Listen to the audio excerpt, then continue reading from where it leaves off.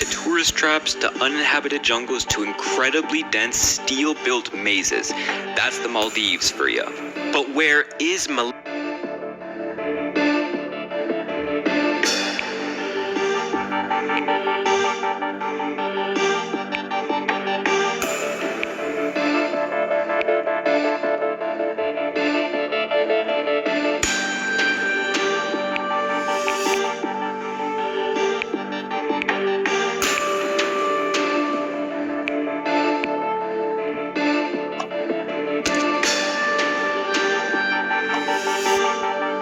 And all of these islands. I'll give you a second to guess.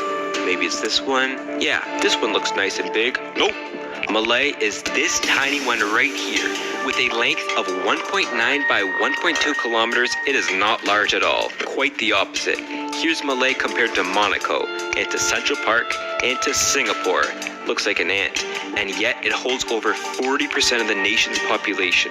But in the 1920s, the city had only around 5,000 residents, a much more appropriate amount for its size.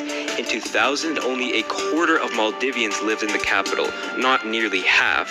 So people have been living in Malay for over 1,000 years, but it's never been this massive.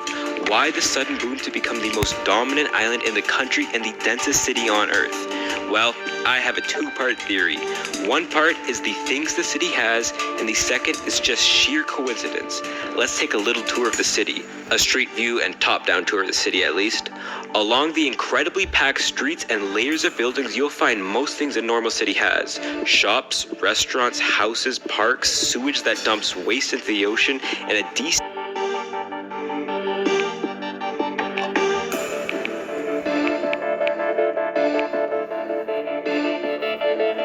desalination plant for clean water. Okay, maybe those last two are a little more reminiscent of Dubai than an average city, but what makes Malay so special is what it has that the rest of the country doesn't. Things we all think are essential. The two largest hospitals in the country,